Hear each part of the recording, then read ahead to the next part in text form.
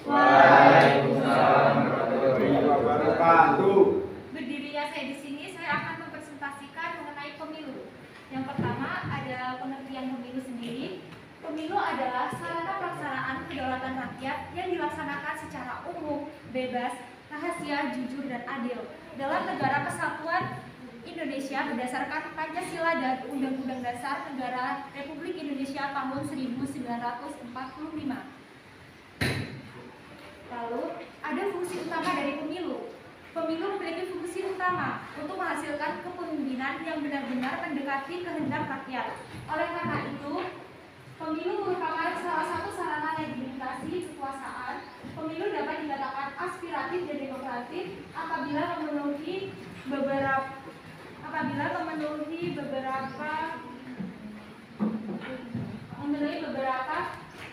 syarat-syarat yang berlaku. Adapun tujuan pemilu yang pertama sebagai implementasi kedaulatan rakyat. Maksudnya di sini adalah karena Indonesia adalah negara yang demokratis, yaitu negara yang menjunjung tinggi rakyat dengan pemerintahan sebagai pemerintahan tertinggi. Karena di sini Indonesia adalah negara demokrasi, yaitu pemerintahan dari rakyat, oleh rakyat, dan untuk rakyat. Maka dari itu pemilu ini adalah salah satu implementasi dari kedaulatan rakyat agar rakyat itu bebas memberikan aspirasi dan sarannya untuk pemerintahan negara Indonesia. Yang kedua, sebagai sarana membentuk perwakilan politik. Sebagai sarana membentuk perwakilan politik di sini adalah rakyat memilih wakil rakyat untuk menjalankan pemerintahan melalui pemilu. Yang ketiga, ada sebagai sarana penggantian pemimpin secara konstitusional. Yang dimaksud secara konstitusional di sini adalah berdasarkan hukum yang berlaku di Indonesia, yaitu hukum Undang-Undang Dasar dan Pancasila. Yang keempat, pemilu sebagai sarana pemimpin politik memperoleh legitimasi.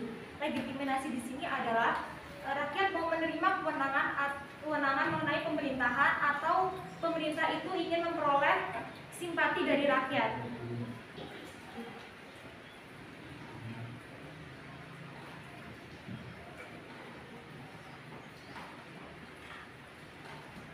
Yang keempat, adapun asas-asas pemilu. Asas pemilu yang pertama yaitu langsung. Maksudnya adalah masyarakat sebagai pemilih memiliki hak untuk memilih secara langsung dalam pemilihan umum sesuai keinginan sendiri tanpa perantara. Nah, seperti yang tadi dimaksud oleh Ibu Fitriyanti, tidak ada demokrasi secara tidak langsung karena dikhawatirkan adanya hal-hal sabotase mengenai pemilu ini. Yang kedua ada umum. Pemilu berlaku untuk semua warga negara yang memenuhi syarat. Pemilu tidak membedakan agama, suku, ras, jenis, dan lainnya.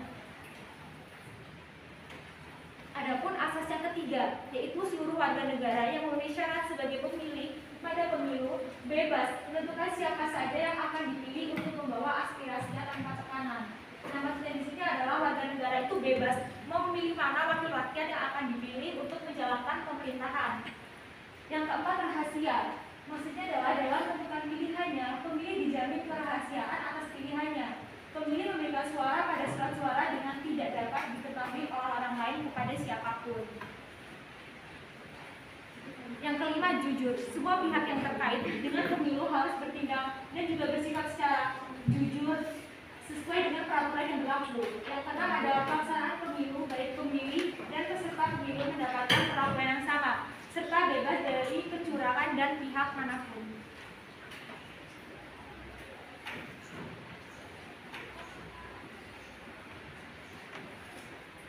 Dan berikut ini ada 11 prinsip mengenai pemilu.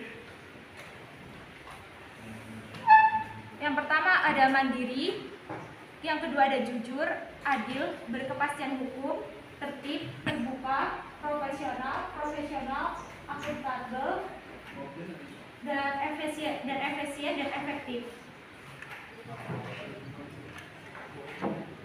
Lalu yang keenam ada tahap-tahapan dalam pemilu. Yang pertama ada perencanaan program dan keanggaran serta penyusunan peraturan pelaksanaan penyelenggaraan pemilu. Maksudnya yang tahap pertama ini adalah harus adanya perencanaan program yang terstruktur dan anggaran yang jelas karena untuk legitimasi dalam pemilu. Yang kedua ada pemutahiran data pemilih dan penyusunan data pemilih. Maksudnya di sini adalah nanti ada panitia yang bertugas untuk menyusun daftar-daftar penduduk di Indonesia agar semua warga negara itu tidak golput atau golongan putih. Dan yang ketiga adalah pendaftaran dan verifikasi peserta pemilu. Maksudnya di sini adalah verifikasi di sini agar jumlah peserta pemilu itu jelas. Yang keempat ada penetapan peserta pemilu. Penetapan peserta pemilu di sini adalah agar peserta pemilu jumlahnya itu jelas, sehingga semua warga negara Indonesia itu menyuarakan haknya. Yang kelima, penetapan jumlah kursi dan penetapan. Maksudnya penetapan jumlah kursi di sini ada rakyat. Yang keenam ada pencalonan presiden dan wakil presiden serta anggota DPR, DPD, DPRD dan provinsi dan DPRD kabupaten atau kota. Dan yang ketujuh adalah masa kampanye pemilu. Nah, yang ketujuh ini masa kampanye pemilu adalah kepala rakyat atau wakil rakyat boleh mempromosikan dirinya melalui media sosial atau secara langsung dengan menggunakan baliho-baliho itu agar rakyat itu mau memilih dia. Dan yang kedelapan ada masa tenang.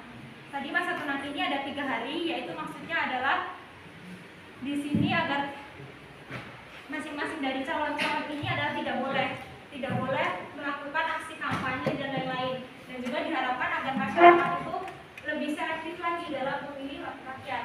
Yang kesembilan ada pemungutan dan penghitungan suara. Setelah masa tenang ini akan ada pemungutan dan penghitungan suara. Lalu setelah pemungutan dan penghitungan suara yang ke-10 akan ada penetapan hasil pemilu. Dan setelah ditetapkannya hasil pemilu, yang ke-11 ada pengucapan sumpah atau janji presiden dan wakil presiden serta anggota DPR, DPD, DPRD, provinsi dari tingkat kabupaten maupun kota. Sampai selesai.